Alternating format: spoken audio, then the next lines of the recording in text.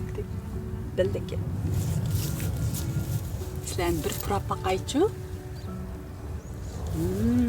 Nemi degen mezlik sizler. Assalamu alaikum. Kitap o'qishman beri avlodlar torbetiga xush keldingiz. Men Nuriya Rahman. Bugun men kentimiz, ya'ni Meniyadagi bu Almaliq bog'da. Almalar nihoyatmi chiroyli pishib ketibdi. Shunchalik bir xushpuroqli havo. Bu yil Yevropada havo pek issiq bo'ldi. Shunga qurg'oqchilik sal ig'ir. Ammo 3 kundan beri Janbada xeyli qattiq yomg'ir yog'di. Bugun atdigandami jugagil chiqqandim, yomg'irdi degan chiliq-chiliq olib ketdim. Shuning uchunmi hozir yomg'irni bekarak e'tiborlaydigan bo'ldik, yaxshi ko'radigan bo'ldik. Havo ancha yaxshi bo'lmasimi, zangar osmonliq, chiroyli kun bo'lmasimi, bu yerga kelib hozirlarga bir asar o'qib beray dedim. U bo'lsimi Abduqodir Jaloliddinning Mavjudlik tashnoliqi degan bu kitobidagi bir asar. Bir asar deb qo'yay. O'tgan hafta Angliyaning Cambridge, London shaharlarga berib bir necha kunlik sayohatda bo'ldim.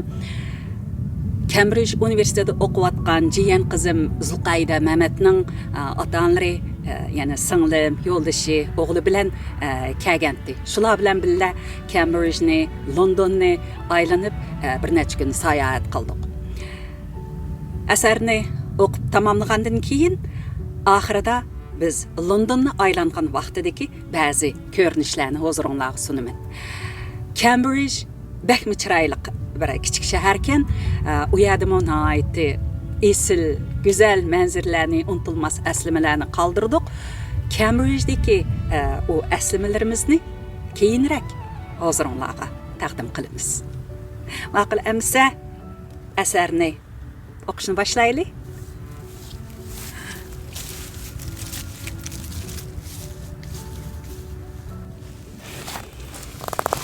Xo'sh, yaxshi joylashib o'tirib oldim. Bugun o'qib bermoqchi bo'lganim Odam otining bolalari degan temadagi bir asar. Bu asar xeyli uzun ekan, sal qisqartib o'qib beraman. Xo'sh, boshlayapti. Odam otining bolalari. Bu kunlarni biz insonlar orasida aylantirib turamiz. Ya'ni g'alabini ba'zan bir to'pqa, ba'zan yana bir to'pqa nasib qilamiz. Bu haqiqiy mo'minlarni ayirish uchundir. Qur'on Karim sura Al-Imron 140-oyat. Yaqlar etak bo'ldi, etaklar yaqa. Daraxtda yuridi, qo'yraqi yo'q paqa. Uyg'ur xalq maqoli.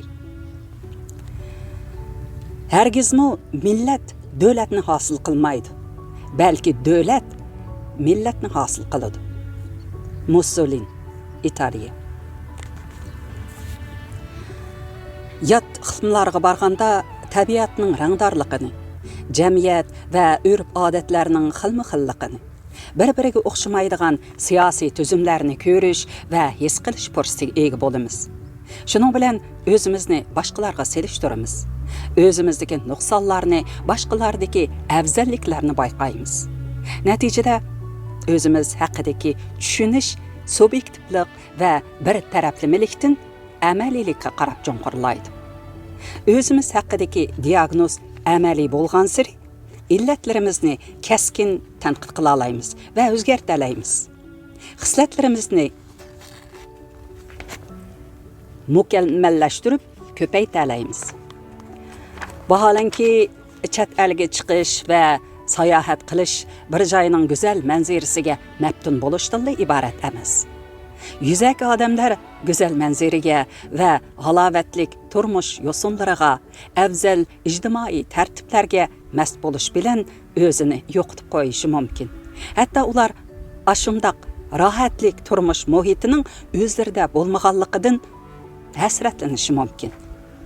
Astola fikr qilish qobiliyatiga ega kishilar tabiatning go'zalligi va jamiyatning afzalligi orqali ma'naviyatini g'idiqlab dunyo va hayot to'g'risida İnsanның qadr qimmati va burchi to'g'risida azdır köptür o'ylanib, o'zlarining yashash muhitini o'zgartirishga kuchining yetishicha urinib ko'rishi mumkin. Qandaqlı bo'lmasin, tabiatning go'zalligi yaratquchining katta bir asari sifatida insonning tabiatiga xo'shlik elib kelib, jamiyatning nobab taraflari keltirib chiqargan ma'naviy jarohatlarni amlaydi. İnsanның yuragiga istixiyalik haldagi hurlik tamasini soladi. O'xshamagan jamiyatning siyosiy, ijtimoiy odatlari odamni o'xshamagan madaniyatga nisbatan keng qo'rsoq, ochiq pozitsiyaga da'vat qiladi. Uyg'urlar o'z davrida o'z muhiti va atrofiga nisbatan keng nazar doira yetildirgan millat edi.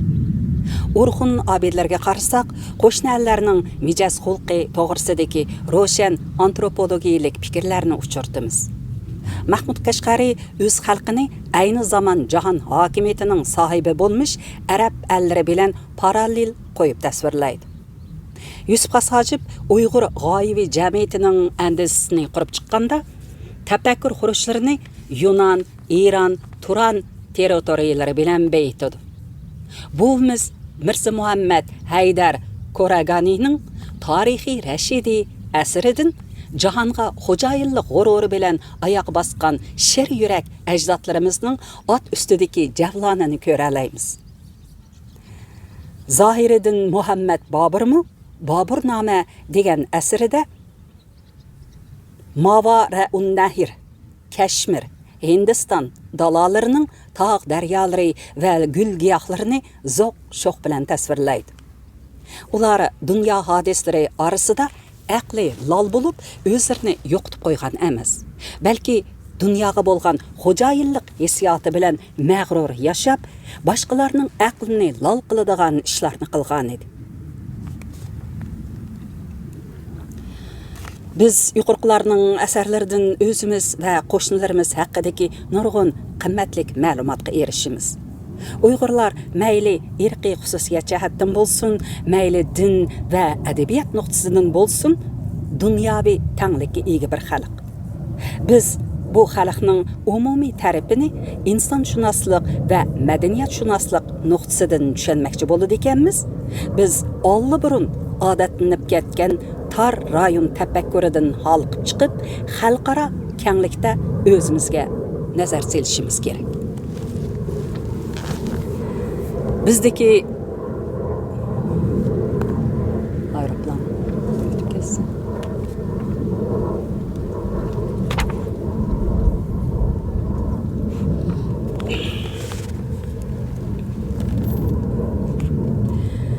Bizdeki Urxun abidlari, Türk tillar divani, Qutatxu Belik, Tarixiy Rashidi, Boburnoma dunyoni tushundirish xarakterdagi jahonnoma adabiyoti o'rnaklaridir. Hozir biz davatgan sayohat adabiyoti texnik keng ma'noda jahonnoma adabiyoti deyilsa muvofiq bo'ladi deb qarayman. Yuqorqi asarlarda ajdodlarimizning o'zlarining yashash muhiti, atrofidagi xalqlarning tabiiy va ijtimoiy holati to'g'risidagi real to'nish hosil qilib, bexudlik va g'aflatdan yiroq yashaganligini bilalaymiz.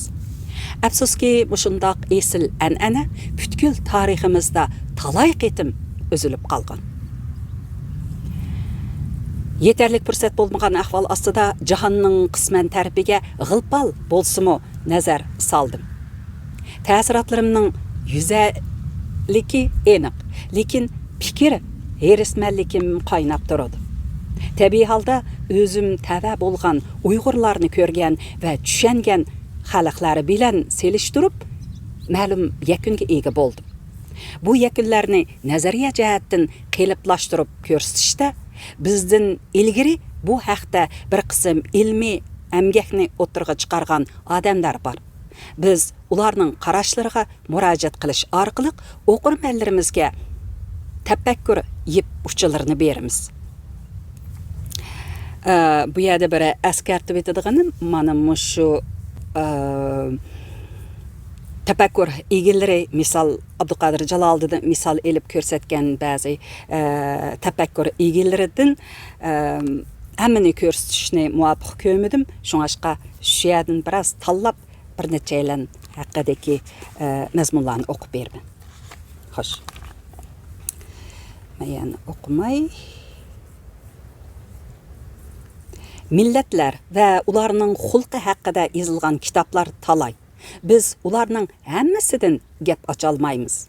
Men faqat o'zimning aqliy xotiramdan o'rin olgan ba'zi fikrlarni hadiya qilay deb yozibdi Abduqodir Jaloliddin. Newton jurnalida DNA'ga oid qiziqarli bir doklad e'lon qilingan. Dokladda deyilishicha, DNAning tipi ikki xil bo'ladi ekan. Biri L, ya'ni long, uzun degan ma'noda tipliq bo'lib, aktiv, ijodiy va muqimsiz bo'ladi ekan. Yana biri C, ya'ni short, qisqa, tipliq bo'lib, konservativ, nervi tuslik, muqim bo'ladi ekan. Odamlarning geni 3 xil bo'ladi ekan. Odamlarning geni 3 xil bo'ladi ekan. C tipliq, L tipliq va CL aralash tipliq. L tipliq odamlar ijodchan bo'ladi ekan. C tipliq odamlar aslidikisini saqlashga moyil bo'ladi ekan. Aralash, ya'ni C, L tipliq odamlar mo'tadil bo'ladi ekan. Amerikada L tipliq odamlar 30%, aralash tipliq odamlar 50%, C tipliq odamlar 20% ekan. Yaponiyada bo'lsa, L tipliq odamlar 1.9%, aralash tipliq odamlar 31%, C tipliq odamlar 68% ekan. Bir jamiyatda L tipliq odamning ko'p bo'lishi shu jamiyatning ijodchan, islohot ruhiga boy ekanligidan derak beradi. Genshunoslarning ma'lumoticha, genning 50%i irsiyatdan bo'ladi ekan. 50%i ma'arif va ijtimoiy muhit bilan munosabatli ekan.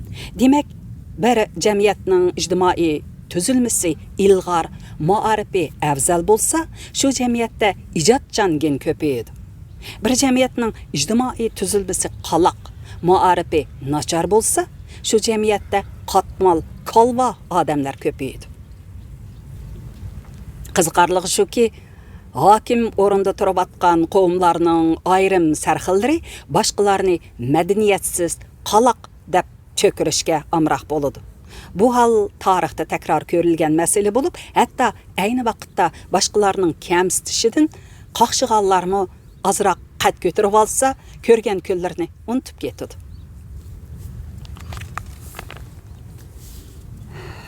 Mayani qisqartib aytay. Payda izlash insonning yana bir tabiati. Bozor dal ashu payda izlash xohishini qanoatlantiradigan soha. Bu yerdagi bozor noqul holda savdo faoliyatini, pul tegishish, tovar almashtirish qatorliqlarni ko'rsatmaydi, balki u inson bilan tabiat o'tirsidagi moddiy aloqani ko'rsatadi. Egilikni erkin tanlash, ijod qilish, bir-biriga tayinish, hamkorlashish, o'z foydasini izlash orqali butkul jamiyatning foydasini ilgari surish bozorning asosiy ruhidir. Bozor huquqning qonun kapolati ostida o'zi uchun bexatar muhit yaratadi. Ham o'zidagi iqtisodiy qonuniyat orqali huquqning ziyoda kontroliga chek qo'yadi. Bozor yana nisbiy mustaqil iqtisodiy kuch bilan insonlarning aqida, hissiyot, xohishlarini himoya qiladi. Huquqning ashaddiy tizginlashidan saqit qiladi va o'z navbatida aqidadan aql, farosat va ruhiy kuch oladi.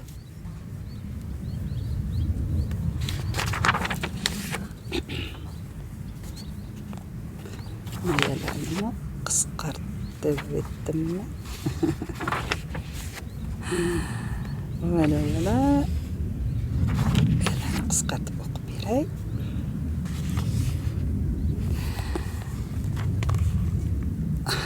Bozor insonda o'ziga loyiq xarakterini yetildiradi. Masalan, pulni cho'ng bilish.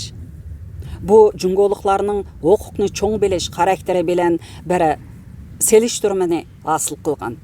Bu hal Rus shoiri Pushkinning mono misralarini esimizga soladi. Hamma narsa meningkidir, dedi Zar. Hamma narsa meningki, dedi Xanjar. Zar dediki, barin setib olaman. Xanjar dedi, barin tortib olaman. Mana bu Sharq hokim mutlaqligi bilan G'arb pul mutlaqligining dialogi. Tarixda bu ikki xil mutlaqlik bir yerga kelgan ishlar to'la. Navbatdagi tarixmi uningdan mustasno emas. Bozor yana erkinlikni shart qiladi. Agar kishilarda kasb tanlash, egilik tiklash jihatdagi erkinlik kapolati bo'lmasa, haqiqiy ma'nodagi bozormi bo'lmaydi. Fursat oldidagi barobarlik, xususiy mulkning qo'g'dilishi, iqtisodiy huquqqa, umumiy siyosiy huquq qatorliqlar bozorni bor qilib turadi.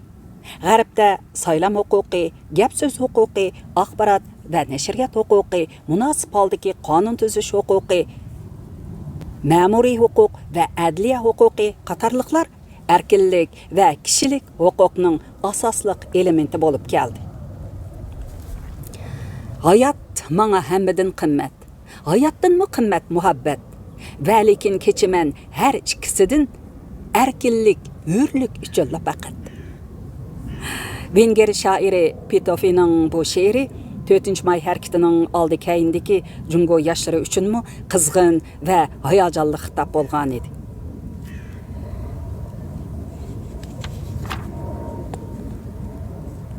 Rahatparastlik, ilm-fan va man markazchilik qatorliqlarmi bozorning hayotiy kuchini oshiradigan omillarga aylangan.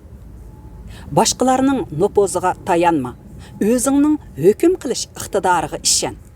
Mana bu g'arbliklarga o'rtaq xitob.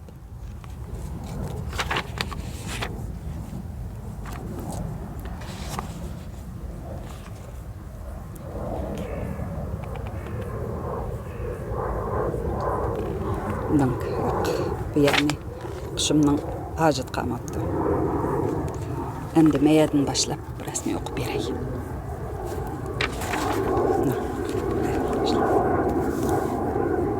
Ajab aeroplanchiq uchib ketyapti bugun. Bir millat ma'lum bir tarixiy bosqichda belgilik milliy xarakterini gavdlik namoyon qilish bilan billa boshqa yoshurun xususiyatlarini saqlaydi. Aşu yoshurun taraflar gavdlik taraflar uchun xizmat qiladi. Misolan, kishilar Uyg'urlarni naqshi usul millati deb sifatlashga odatlanib ketishgan. Amaliyotda buni hozirgi tarixning xohishi tarafidan yuklangan sifat deyishga bo'ladi.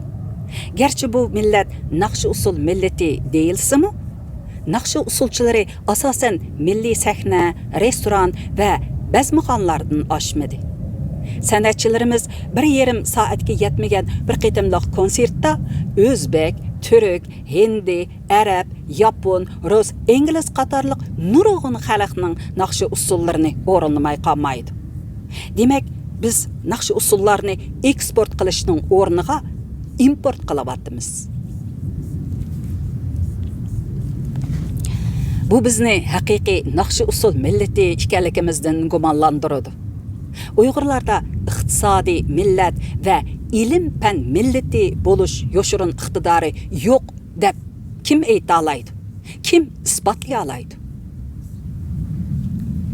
1995-yili professor Abdushukur Muhammad Emin Xinjiang madaniyati jurnalining 1995-yili 5-6 qo'shma sonida Yipak yo'lida qayta o'ylanish nomli muhokamasini e'lon qilib, asr almishish harpisida millatimizning ijtimoiy, madaniy holatiga bir diagnoz qo'yib chiqqan edi.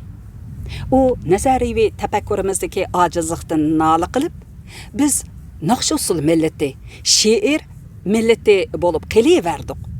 Bo'yoqchidan ortiq ximik, ko'mirchidan ortiq fiziklarimiz bo'lmadi degan edi.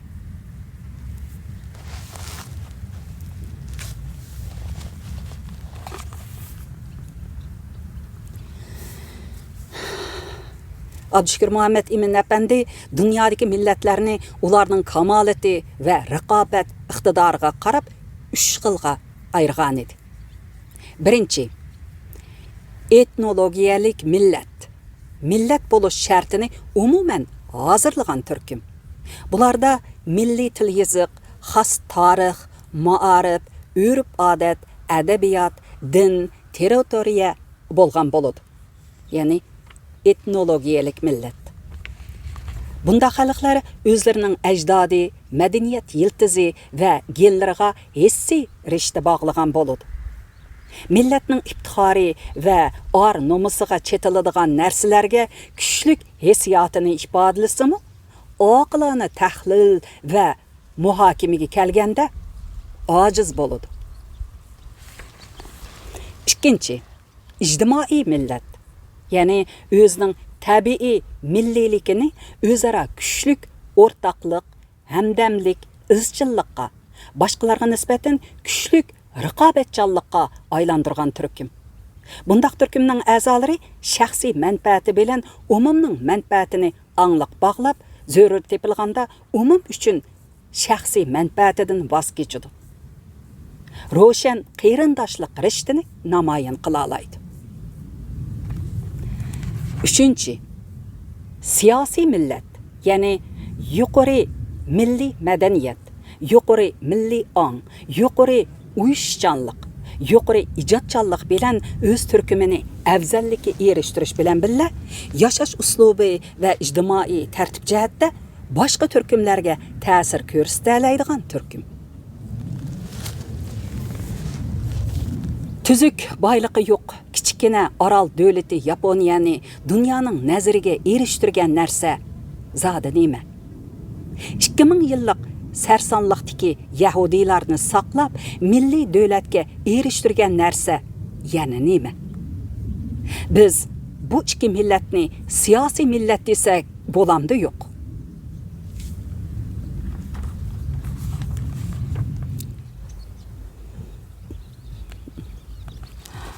Ah kepinek uçup şuraydı etrafta. Xoş. Profesör Abdüşkür Muhammed Emin Yaponlar bilen Yahudiylarni tipik siyasi millet süpütede misalga alıdı. Bir milletning qaysi xilga tada bo'lishi o'zgarmas qonun emas. Bir etnologiyalik millat siyosiy millatga aylana olishi mumkin. Bir siyosiy millat o'zining afzallik o'rnidan chekinib ketishi mumkin. Tarix sahnasidagi baş qahramonlar azaldan beri almışıp turgan. Biz millatlarni ularning ijtimoiy taraqqiyoti bo'yicha turga ayirishning bir qancha ulgusini ko'rdik. Bularga Uyg'ur jamiyatining holatini tadbiqlab ko'rganimizda mundaq xulosaga kelamiz. Uyg'urlar e'tiqod millati, lekin asosiy gavdasidan qaraganda onliq e'tiqodchilardan emas. Uyg'urlar an'anaga moyil top, lekin an'anasini tuzuk qezishga muvaffaq bo'la olmagan. Uyg'urlar etnologiyalik millat, lekin o'z etnologiyasining falsafaviy tasvirini tuzib bo'la olmagan millat. Ularning munosabatini bir-birini angliq qo'llash munosabati degandan ko'ra, istixiyalik yo'nalish munosabati degan tuzuk. Abdüşkür Muhammed Emin bugungi kunda Uyg'urlar milliy turkumining uyush kuchi faqat muqam mashrab, til adabiyot, to'y to'kin, o'lim yetim, het oyamni vosita qilgan oddiy tabiiy etnologiyalik alomatlarda qoldi deydi.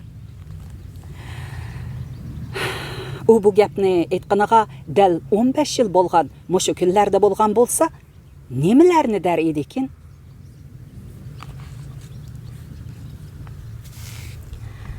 Uyg'ur aholisining bir qadar madaniyatlikrak qismi bo'lgan Urumchi Uyg'urlarining to'ylardagi tetiqsiz dog'dug'a va hashamatlar kishini kelgusi haqidagi qayg'uliq o'ylarga salmay qolmaydi. To'ylar milliy xarakterining suzuk, yorqin kristaliga aylanib, kishilarni tarbiyalashi kerak edi. To'ydagi dog'vozlik va isrofchilik darajasi hamma odamni saskantirmasmi, lekin hech kim bu xil qabohatni Yani qayta o'qay. To'ydagi dog'vozlik va isrofchilik darajasi hamma odamni saskandirsimi? Lekin hech kim bu xil qabohatni isloh qilishga urinib baxmadi. Bu jihatda o'zini ziyoli deydiganlarmi o'xshash rol oldi.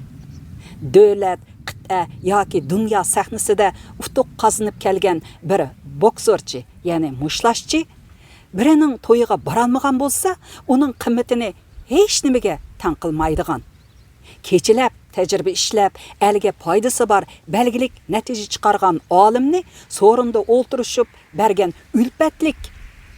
ulfatlarga tang qilmaydigan qimmat qarashlar bizga umumyuzlik yamrab ketgan.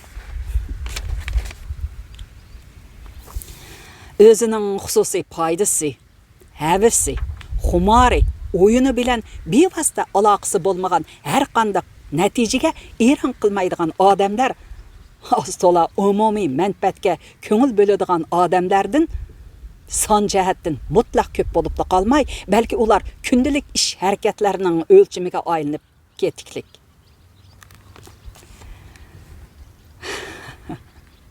Ular hamisha yo'lliq va haqliq bo'lib ketiklik. Vaholanki tarix bundaq qavmga hargiz kulib baxmaydi. Balki bundaq qara g'ofillarni boshqalarning oyig'iga poyandoz qilib berdi.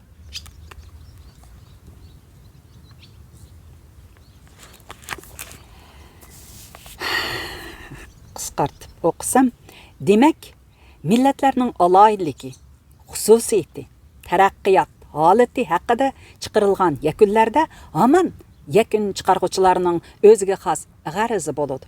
Shunga u mutlaq haqiqatga barobar emas. Bir insonlar turkumi keltirib bergan reallikni yana bir insonlar turkumining o'zgartirilishini jamiyatlar tarixi hargiz chetga qoqmaydi. Balki shartlik holda muayyanlashtiradi. Siyosiy va ilm nupuzluqlarining qarashlari tarixning bir mezgillik modisi bo'lsa bo'la oladi, lekin mutlaq haqiqat bo'la olishi notayin. Jahon munbiridagi o'ziga va o'zgiga hokim xalqlarni ko'rganda kishida tabiiy holda millat haqida savol tug'iladi. Yuqorqilar inglizlarning milliyatidan olgan ta'sirotlarimning xurujidan shakllangan ozroq bilimlarimdir xolos. Abduqodir Jaloliddin asarni mush yerda tugatdi. Mana bugun o'shunchalik o'qib beray. Bo'libmi millatlarningki turga aylanishi ham Abduqodir Jaloliddinninki bu haqdagi ta'sirotini haqiqatan har birimiz bir o'ylanib ko'rishimizga arziydi. Ma'qul emsa bugungi kitob o'qishimiz mushunchalik bo'lsin. Kelar qitimliq kitob o'qish programmamizda ko'rishaylik. Hozir yoz fasli uning ustiga u yerlarga berib ishlab degandek sal aldirashib qoldim. Shunga sizlarga davomli kitob o'qib beramayapman, ammo har vaqt kitob o'qib bersam bo'ladi degan bu orzuyim yanada shundoq kuchli. Shunga Xudoyim buyursa, yana davomli kitob o'qib beribman. Undan boshqa yana bir ikki asar tayyorlab qo'ydim. Esli asarlar. Xudoyim buyursa, munbarda o'qishga nasib bo'lar. Havo tutuq bo'lgan bilan xil issiqchimi? Atdiganda nim bo'lsa kashdi shu deb, atdiganda yugurib yomg'irda qolgandim. Hozir mal issiqda degan ta'la dumbamni shirrit qilib ketdi. Ay.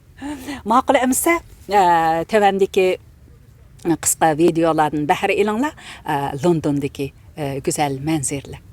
Ma'qul emsa, kelar qitimliq kitob o'qish programmamizda ko'rishaylik. Xayr, xo'sh. Bek isl asarlar bor. Bo'sqa o'tirib, hammani o'qib bersam bo'ladi. Asta-asta. Ha?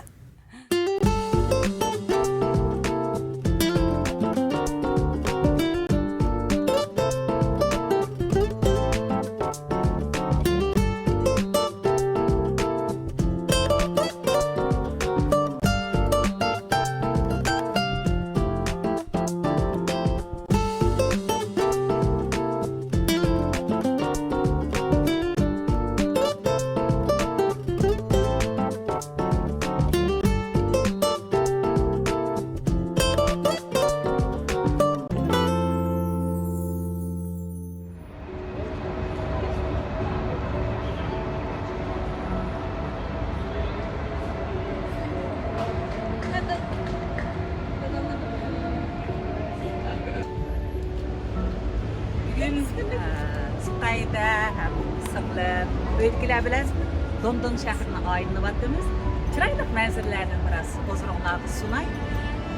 Bu mashina damliq poyezd istansiyasining biri ekan. Qurilishlar odamni ajoyib hayron qoldiradigan darajada. Bek ko'rkam, bek chiroyli ekan. Men bek yaxshi ko'raman.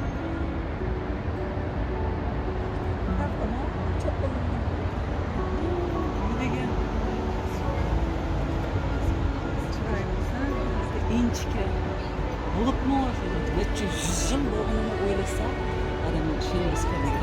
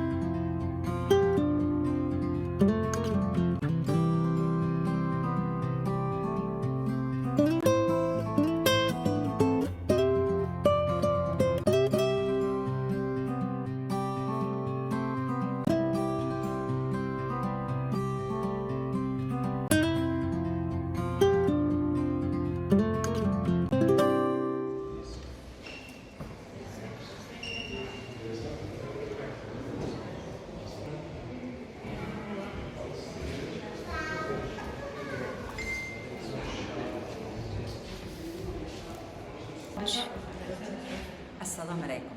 Kitap o'qishmon beri avlodlar gurbetining hurmatli mushtarilar. Bugun men Angliyaning London shahridagi Britaniya muzeyxonasida. Bu muzey cho'nkan, lekin bizni hammadan qiziqtirgani mana shu islom dunyosi bo'ligi bo'ldi. Bu yerda bayaqdan beri aylanayotganimizda xeyli bo'ldi. Bekmi yoqtirdim.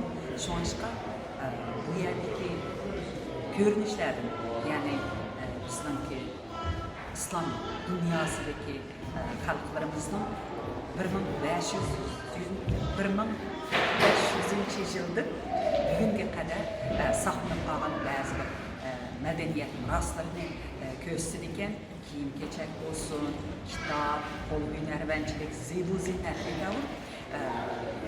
hamma sohaga münasibət məzmunlar var ekan. Shulardan biraz tartib hozir bunaqa xo'sh, bilib kerak. Bu Ottoman dunyosidagi mana shundoq chiroyli, nima degan odam xalqlarimizning, musulmon xalqlarininki aql, javhar.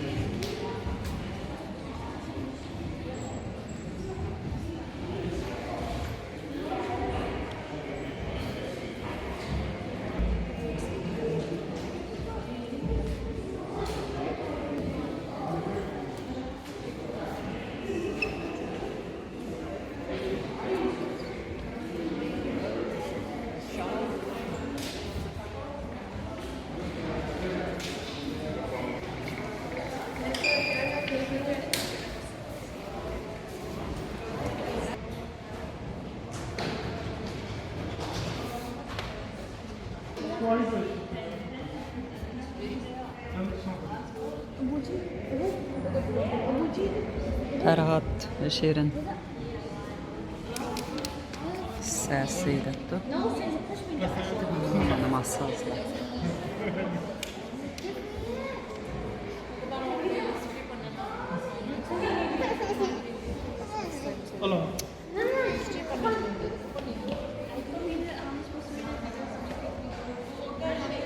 Çıraylı, emin degen çıraylı.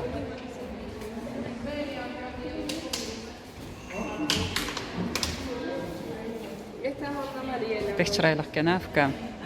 Mana, ma doppa. Ma doppani görüp şunçilik hayacanlandık. Sanım bilen billa. Doppalarımız.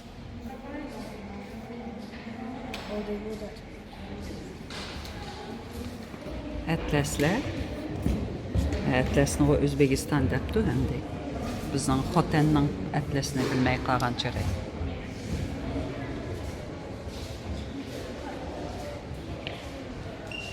Masih pusing.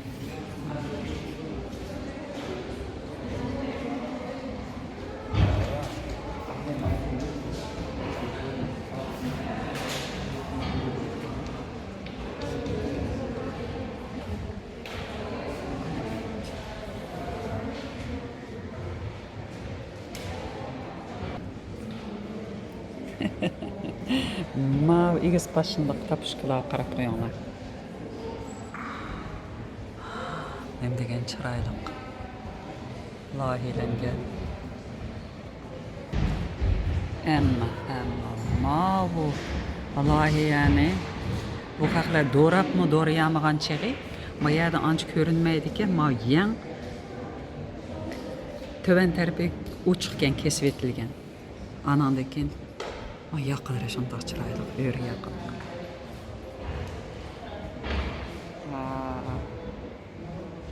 Ana.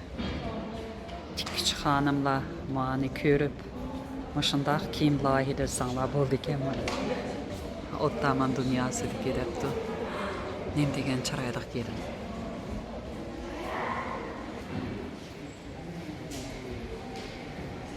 Pek chiroyliq afkam.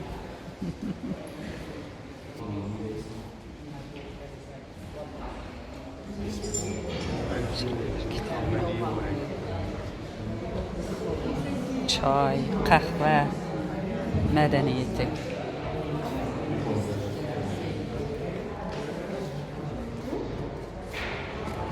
Kahve.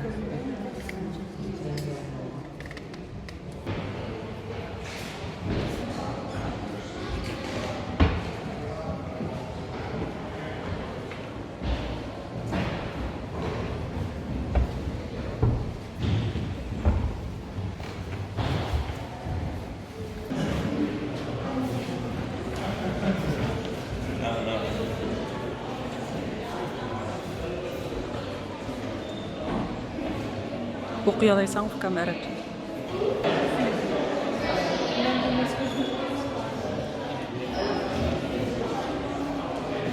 Bilim hammeden yuqori darajadadir. Ha.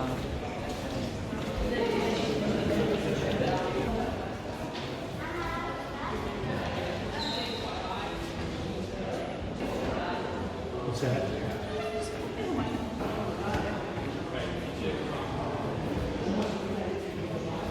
Well, you know the difference between extreme and just show.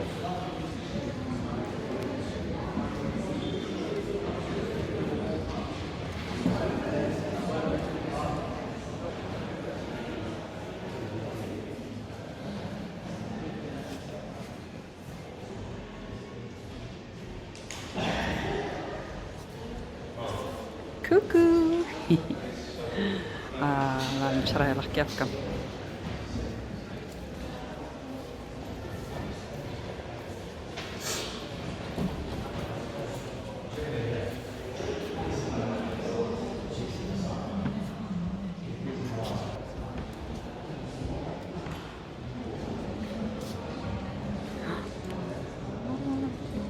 Allah degan xatni tanib qoldi.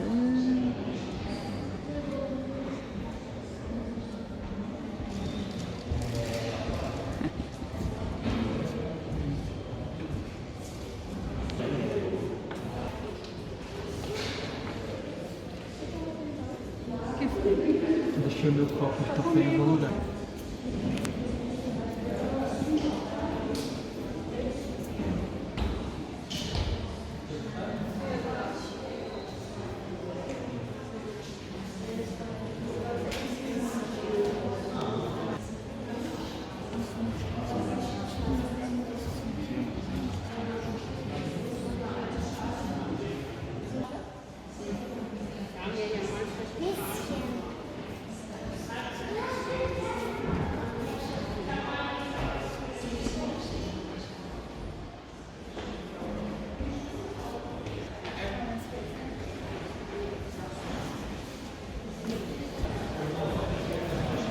Nima degan chiroy.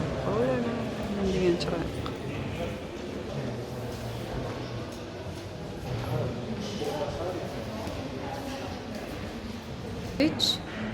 Maqramsa bugun mushunchalik ko'raylik. Men dunyoning har qaysi joylaridan Londonga kelib sayohat qilib boshladim. Bu muzeyxonni cho'qim bir ziyorat qilishni tavsiya qilaman. Bu islom dunyosi bo'lagini. Maqramsa xayr xo'sh.